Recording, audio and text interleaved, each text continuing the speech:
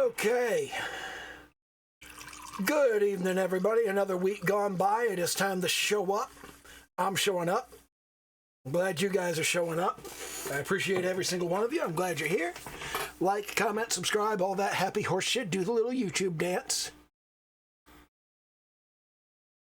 And as you might guess, because I've got some stuff over here that I don't normally have over here, I have some specific shit to talk about, but to introduce that and get in from it, we got a few extra people here that have showed up over the past week, and just want to kind of casually go over what the purpose of these videos I do is. Old Man Yapping I do on Wednesdays. That's just me talking shit. And Showing Up is me talking shit for the first little while. And then I have to do at least 20 minutes of practice on something that I'm working on. Typically, that's going to be art, music, or game development. Now, the game development and the music, I may have something interesting to teach you because, you know, those are things that I'm good at. The art, not so much, because I kind of suck. But that's really the entire point here, is to get better at the stuff that I'm doing and to get shit done and to finish some shit. And to get drunk. So anyway, what I want to talk about to start things off is boredom. See, a lot of people talk about things being boring. And fundamentally, the main reason that things are boring is because there's too much stuff to look at, and you can't choose which one to focus on. It's this inability to focus isn't necessarily a problem with you. People probably just haven't told you how to make choices, how to make decisions. And the process of making decisions is fairly simple. The first thing you do is you look at all of the different things you have to choose from, and you take everything that you clearly should not choose, that's just obviously wrong, and you throw it out. That's not even a choice. Like if you're sitting down to watch a movie and there are 4 movies you don't want to watch, those are the wrong choice. Throw them out. Don't even have them in the list. And when you're looking at the rest of the stuff and you're going, okay, here are the things I have to choose from. If you still can't choose, you need more information. If you can't get more information, whether because it's not available, or it would take too long to get, or it would cost you money to get it, or you just don't fucking feel like it, then you should choose arbitrarily. Because as far as you can tell, all of these options are equally good. None of them are clearly wrong. Every single one of them has a fairly good chance of being right. Just pick one. If it turns out later that your choice was wrong, which is the thing a lot of people are afraid of, that's fine, because you didn't know. All of the information you had said this could be a good choice. So if you chose something and it turned out to be the wrong choice, there is no way you could have known that. It's not your fault. You can go back and choose again. Maybe. Depends on what you're choosing. Like if you're choosing what to major in at university, you can make a bad decision of what to major in, and then you can major in that and get your degree and go out into the workforce, and you can't get a job with that degree. And then you don't get to turn around and go back and try again. At least not so easily. You have to go back to university and go to school for another couple of years and get another degree, and there's no guarantee that degree is going to be able to get you a job. It's just the way shit works. But anyway, what causes a lot of people to be bored is they're looking at so many choices, they can't figure out which one to take. They feel like there is a right choice in the group, but they can't figure out which one it is. And in a lot of cases, it's because there are lots of right choices. And the thing I like to pull out for this, the thing that I most commonly get people complaining is boring, is still life. Drawing or painting just like regular old everyday objects. And all of these objects that I've got sitting over here, you could go to an art store and you could go in and they would have a set of pretty much these same objects, probably painted in matte white in a nice little box. It'd be very pretty and very sophisticated, and it would cost about $60. Or you could go online and you could look at some online art stores that don't have a physical store, and you can't take the box and carry it home with you right now, but you can order the same basic set of about 10, 12 different little blocks painted in matte white in a nice, handy little presentation box. And online, you could probably get it for about $40. Or you can go to a toy store, and instead of buying special high-quality matte white painted blocks for artists to draw still life, you can buy all-natural wooden blocks for your toddler to learn what different shapes are called and what they look like and feel like. And that will cost you about $8. And the reason that you pay so much for going to an art store or going to an art supply site online is because you would feel better telling people, I have a set of blocks that's designed for artists to do still life. You're paying for that. You're paying $30 to $50 for that, when for $8, you go on Amazon and you could get this exact same set of blocks. They're not painted in matte white. They're just natural wood colors. But you can get it for $8 and you can have it shipped to your house in 2 days. That's almost like getting to take it home with you right now. And the only reason that you would pay the extra money to get the matte white painted ones is that, I mean, if you really want matte white paint, you could buy a can of spray paint on Amazon. It's not that expensive. But the reason you would do that is because you are ashamed to tell your friends that you're using a toy for children to improve your art. Don't be ashamed. Embrace the cringe. Everything you say that your friends laugh at, say, what's funny about that? What's wrong with that? Oh, are you going to go and spend 3 to 5 times as much money for no good reason? Because you want your friends not to laugh at you? Bunch of weirdos. Go ahead and laugh. I'm learning the same skills. I'm getting the same results. So anyway, there are 3 core shapes that you need to worry about in still life. We got all of these different shapes, and I'll go over them and I'll tell you like what their purposes are here. Okay, but the big ones are the box, right here. It's flat on all the sides. And the ball, which is round on all the sides. And the barrel, which is square this way and round this way. And the thing that you're learning on this is the difference between rounded in 2 directions, rounded in 1 direction, and rounded in no directions. That's every surface you will ever see in the world. It's either curved one way or curved both ways, or it's not curved at all. That's everything. That's every object you will ever see. Those 3 shapes. And then, of course, you can have a longer box, a longer cube. You can have a longer ball, an elongated ball, what they call a spheroid. And the really important one is, I've already got the elongated cylinder over here. I don't have like a regular cylinder this length. I just have the long one, but that's okay because we all prefer them long. You also have the ovoid. The ovoid is narrower at one end than it is at the other.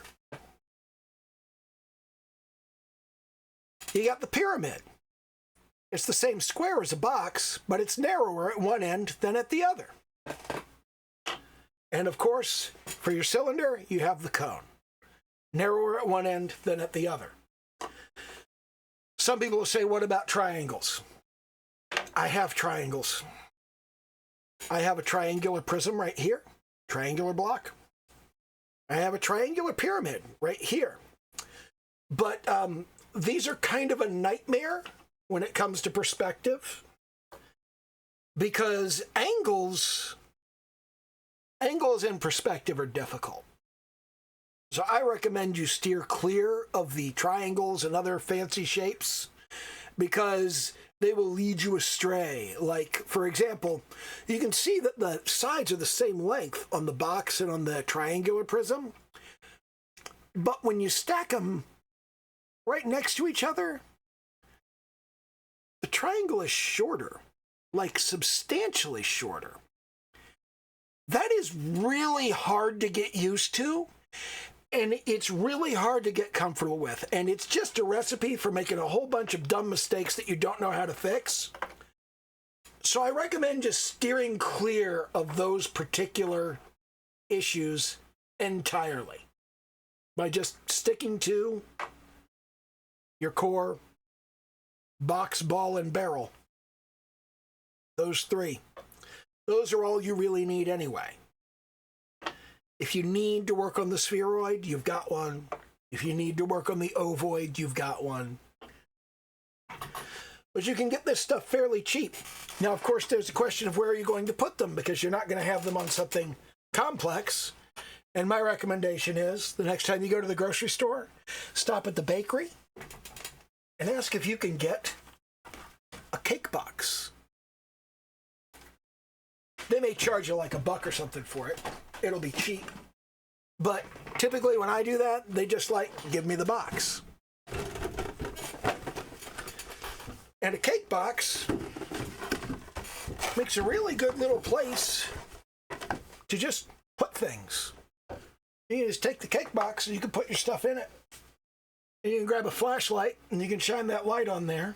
And then you can use your phone to take a picture. And then you got that picture and you use that for reference. You can take a bunch of pictures.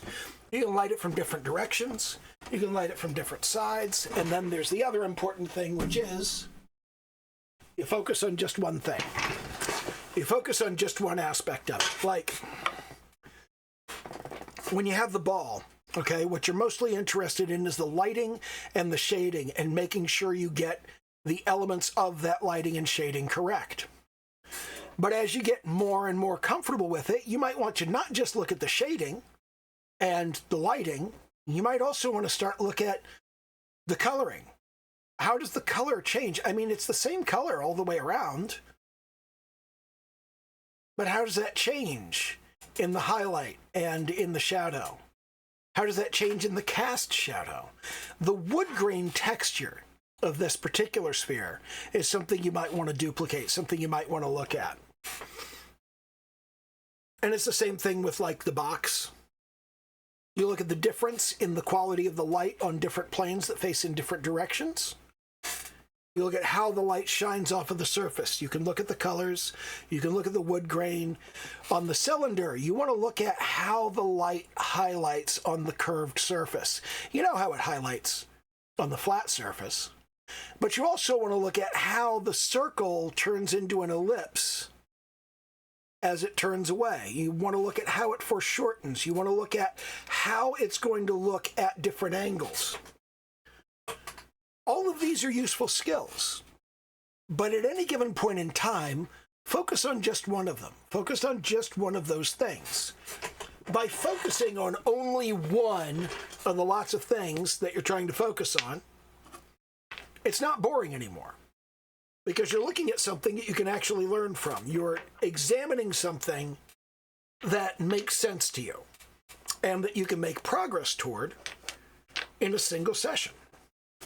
And that's what's important, is being able to see the progress. As long as you can see the progress, you're going to feel like you got some shit done. And that's important. Because if you feel like you're not getting anywhere, that's going to get in the way of things. Anyway. That's been 15 minutes. And that's enough of that shit. That'll be quite enough of that. So, what I've been working on today, I they had an announcement come out yesterday for Hazbin Hotel, and I've mentioned in previous streams and previous videos that Charlie Morningstar, for reasons I cannot explain, inspires me to try and create fan art. And as you can see, I don't do a very good job.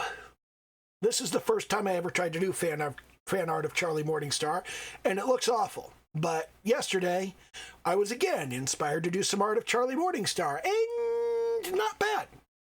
Not bad at all. I don't know why Charlie inspires me to make fan art, but the other characters kinda don't. Even though I'm a much bigger fan of Alastor and Nifty, because they're the fucking crazy ones. They're the psychotic fuckers. And that's what appeals to me in these kinds of shows. I haven't done any fan art of them at all, and I don't feel really inspired to do fan art of them. But it got me to thinking, what if I did some fan art of Alastor? I got to thinking about what that would look like, and there's some, let me turn off the reference real quick.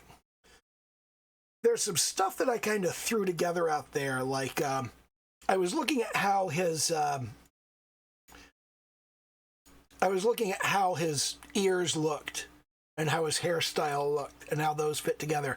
And man, it's complicated. It really is more complex than I realized looking at all of that. And then on top of this, I was looking at, I was thinking about doing a pose, and what I'm really looking for is a pose that's directly menacing. Like, you see Alastor a lot of the time, he's just like, he's being creepy and like, ooh, I could come after you if I wanted to.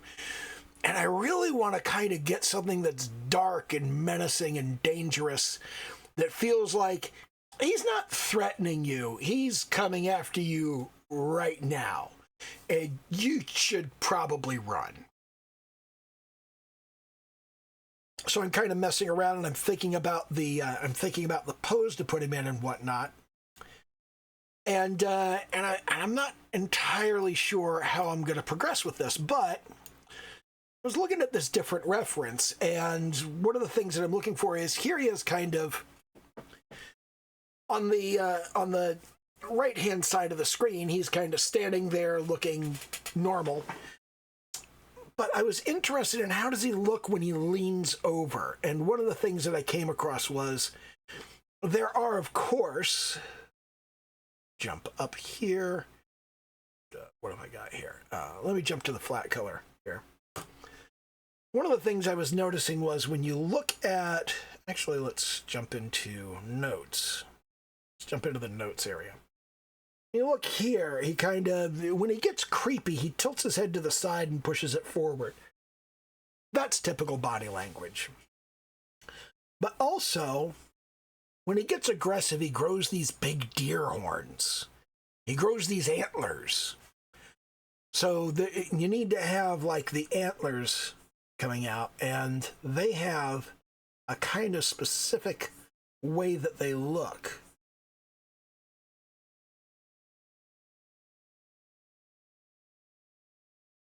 And that's a really cool kind of look, you know? And they have this sort of sweeping thing going on, and all of these jagged edges.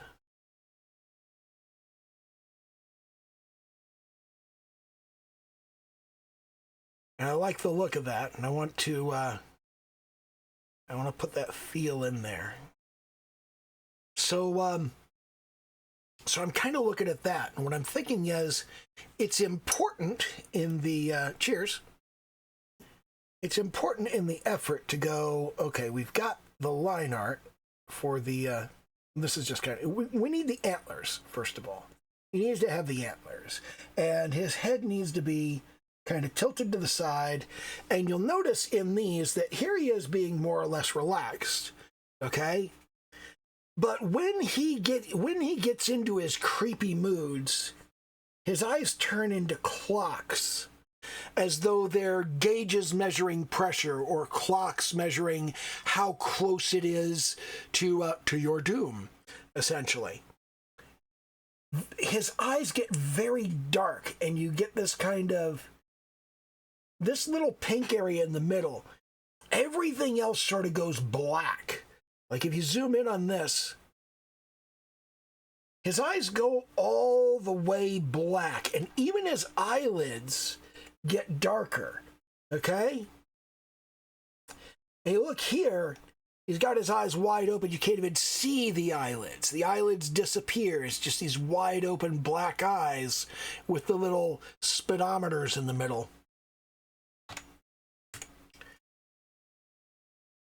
And in his grin, he's got more teeth when he gets aggressive. The number of teeth in his mouth increases as he gets more and more aggressive. So that's interesting. And I've been looking at this and I'm kind of thinking, you know, what's a good way to get this across? And you really sort of, you want that canted over style. And also he's got this sort of Mardi Gras mask look to his face. So that kind of comedy and tragedy mask thing going on there, and clearly Alastor is the comedy mask, but it's not funny to you. He thinks it's funny. You don't think it's funny. Just he does. So I'm looking at this and I'm thinking about the right way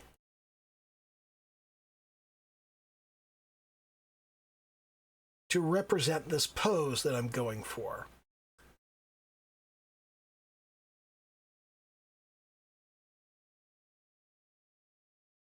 And these ears that he's got, it's important to notice this. This is because he's kind of relaxed and he's turned to the side, so the ears are sort of pointing in the same direction. But if he was looking straight at you, the ears would point in opposite directions, almost like devil horns. And looking more closely at this picture where he's like losing his shit, the antlers come up on either side of those horns.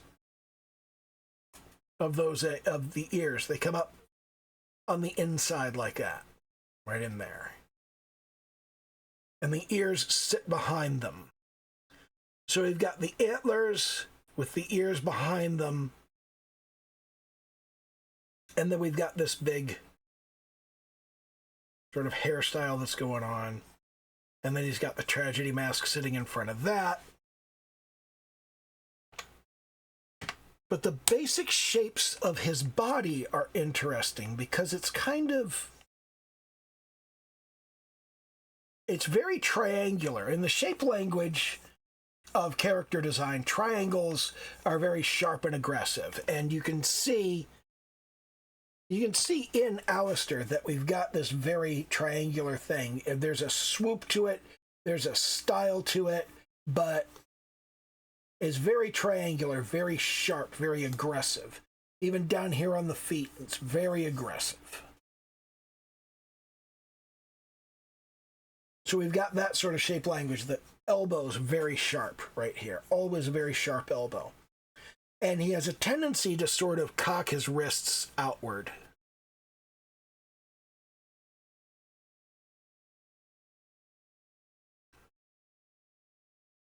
So kind of there would be his hands. There's the palm of the hand, and he'd have the thumb would be on the inside there. You couldn't really see it. That would be kind of the base of the thumb, and then the thumb would be up along here. But that would be in the back, so you wouldn't see it. You just kind of have this thing going on with the hand. And there's this sort of swooping quality. There's a stylish quality to everything he does. There are all of these swoops and flourishes, and there's piping around the edge of his lapels.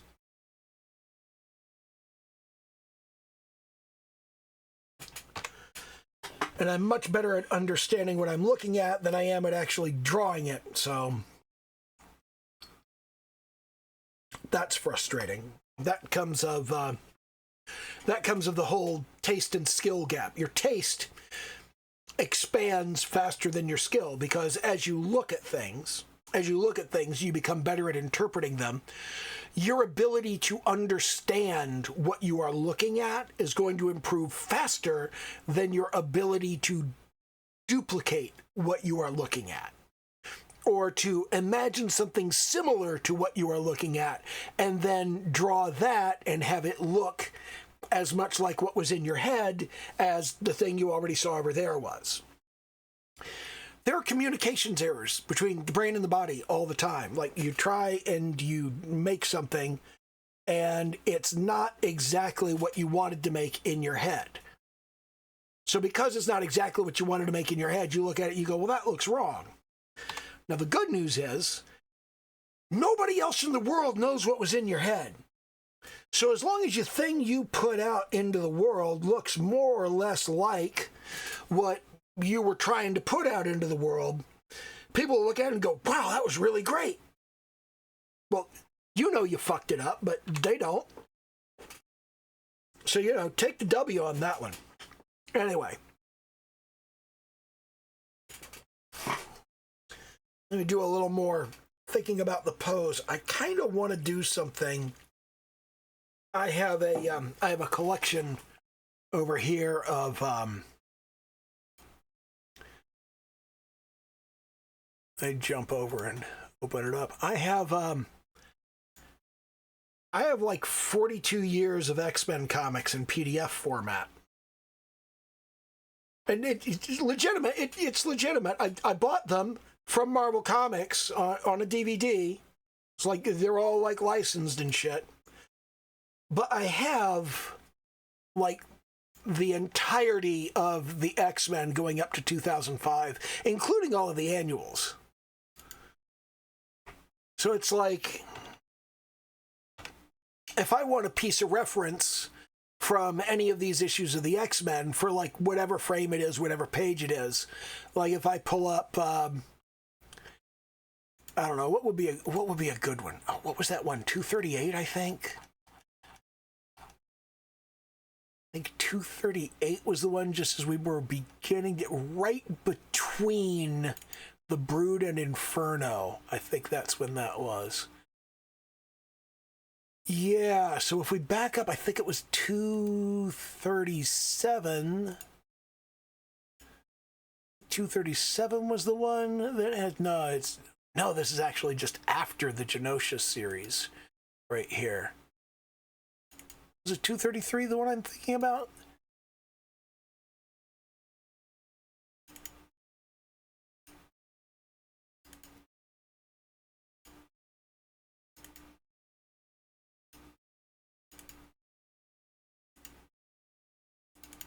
I think it's 234. Yeah, 234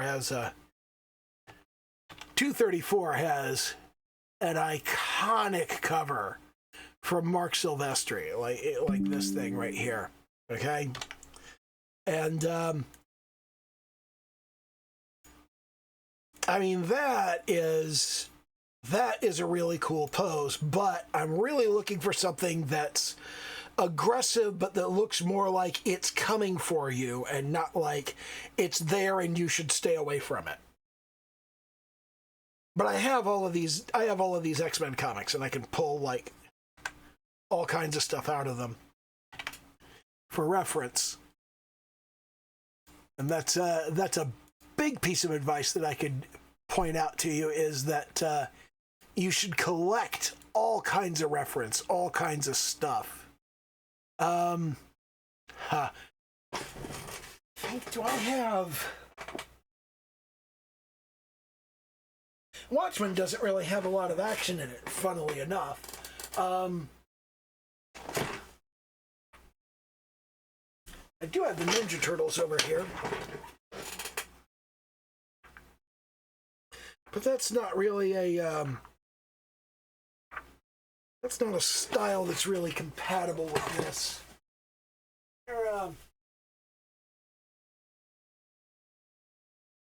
I need is a good representation of a villain. I don't think I have anything good in Uzumaki or Gyo either.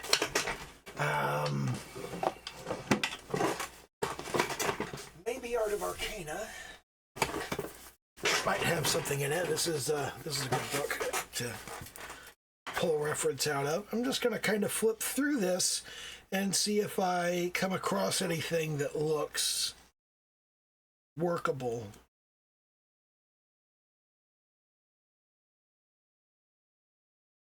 There will at the very least be some images from the monster manual in here.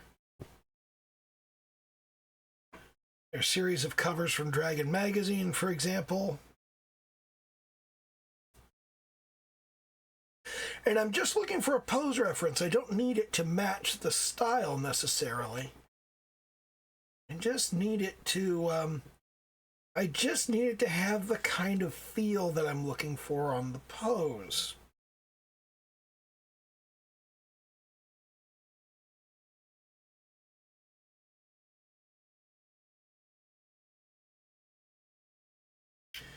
Jeff Easley used to do some good stuff. Oh my God, I remember these.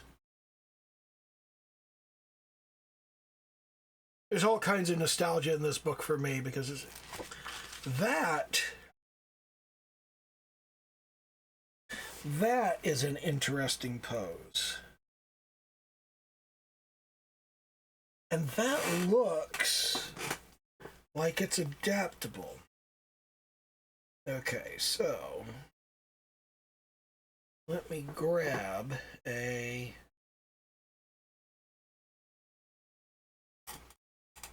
quick picture of it. Let me see if I can get one that doesn't have the glare off the light. I don't think I can manage to have no glare off of the light. So let's just try to minimize it.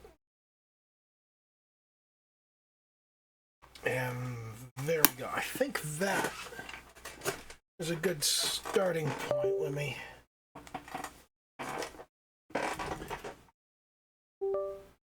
pull that up and grab the screenshot. We'll move that over here and jump down to the end. And I will just drag this over to the reference folder here. There we are. And now we'll back up and resize. This is not a bad pose. This is something I can work with, I think. What we've got here, let me expand this outward. What we're looking at here is, I'm going to jump up here to my construction area. Actually, I'll jump up here to sketch. We've got the head. Jump up here to sketch. Select my brush and not the... We've got the head kind of right here. We'll obviously do some work with that. And there's a shoulder here and a shoulder here.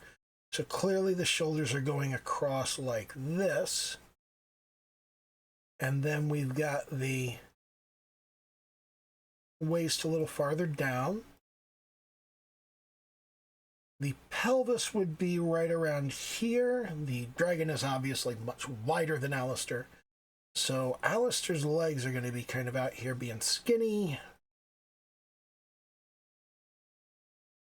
And we'd have a pointy little foot there. And a pointy little foot there. And what we're looking at with that, we'd have there's one hand over here. And here's the other hand over here. And he would be holding his cane.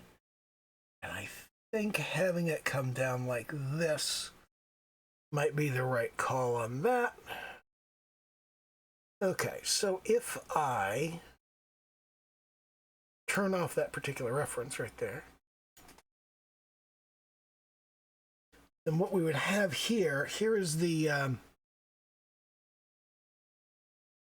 here's the initial sketch of what that looks like, and we'd have his big deer ears here, and we'd have the antlers coming up like so. Kind of the antlers are coming out like this. So let's move this arm down.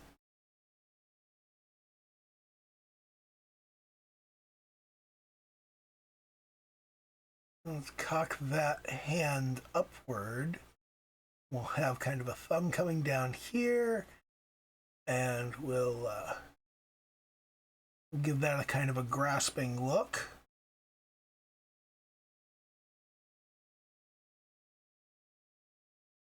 And of course, she's got to have the big eyes.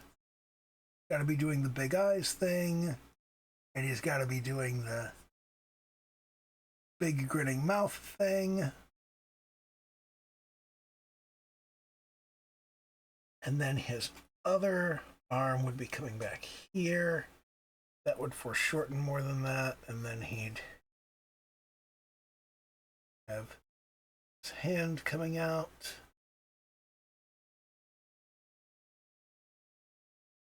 And there's his little radio microphone thingy right there.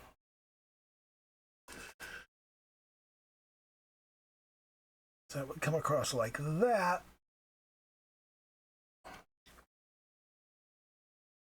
And then how does this sweep? The torso would sweep like so, I think. And it comes down to this little wasp waist he has. And then and then it should sort of swoop out. And this would swoop around like so. So this would come down, swoop over, it would swoop up and around like this. And you just have kind of, the legs would be poking out here, and you'd see the shoe down in that area. And then this leg would be poking downward and going back. And it would kind of crease against the floor. The way that would come together. And then of course he's got his heels. And I'm not bothering to draw in this construction right here.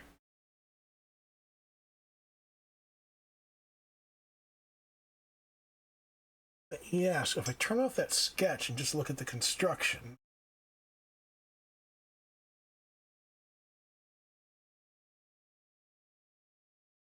we want to rotate, his head needs to rotate. But which direction does it need to rotate in? Let me experiment.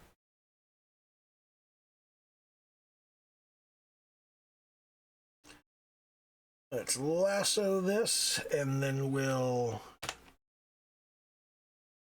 transform, and we'll try a rotation in this direction and a rotation in this direction. Which of these looks better?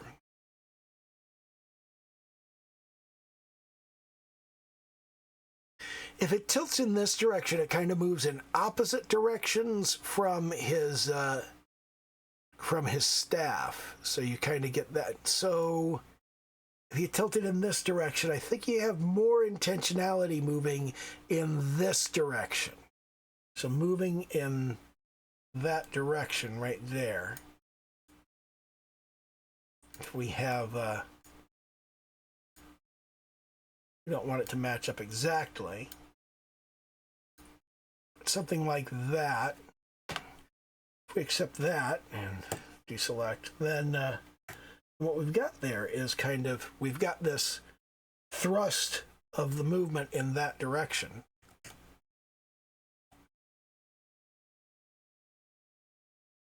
And that kind of feels like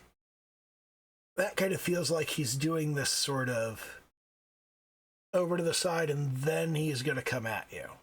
Like he's swooping around to come in your direction. Okay, yeah, I like that. I like that. I like how that comes together. But his arms are very thin there and very thin there, and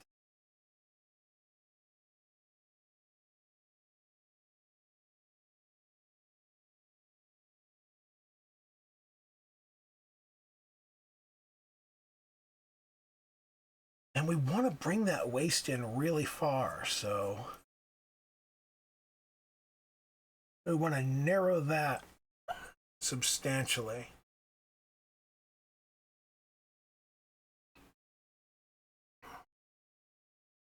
So let's jump down here to our flat colors and use a somewhat higher opacity here. This would be like one leg there, and the other leg would come down here, and then it would go back, and then the his coat would be swooping around here.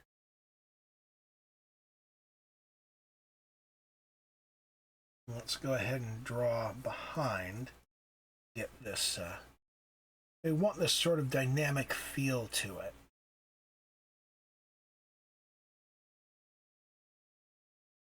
It would kind of have this feel, and then his bow tie is sitting back here, so you can't really see it, and the lapel is heavily foreshortened, so you don't really see that either. You just sort of see this little bit right here, just at the bottom, and then you've got his arms coming out.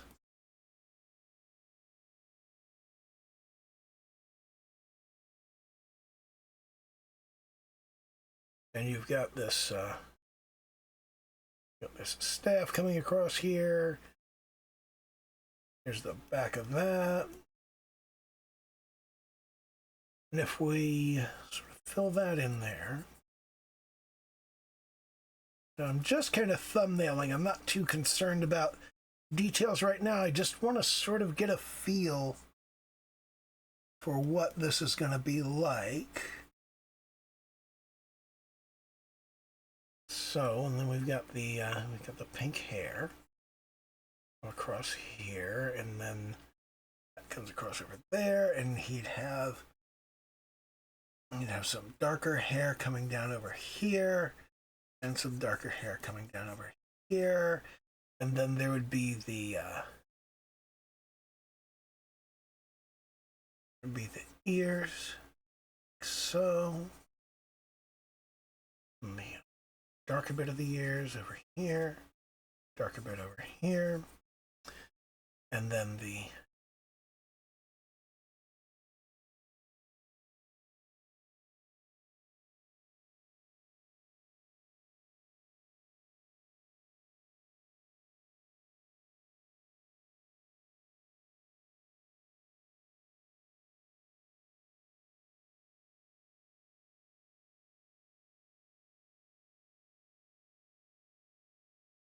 we'd have the antlers coming out, and then we'd have these very large black eyes with these creepy pink centers, like so. And we want to do the little clock thingy in the middle. Then we want the teeth. And of course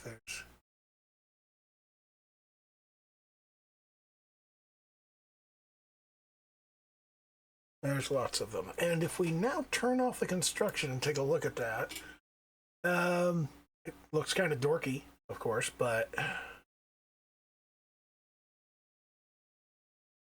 it's not as menacing as I would like it to be. But I can fix this. I kind of like the pose. If I can make it look actually menacing and dangerous. And part of that, I think, is the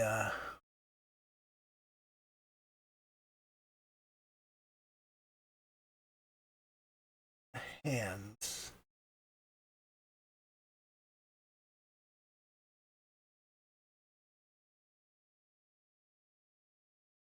Then here he's just like holding his thingy.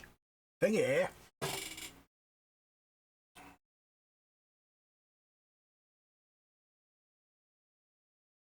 I don't know. I think there's something there. I need to do more work on it. Obviously. Anyway, that's been like half an hour, so I'm gonna go ahead and save this off real quick. Yeah, go ahead and replace. And yeah, I'm gonna call that a night. So again, thank you for showing up. Do the little YouTube dance, like, comment, subscribe, all that happy horse shit. Hit the little bell icon if you feel like it.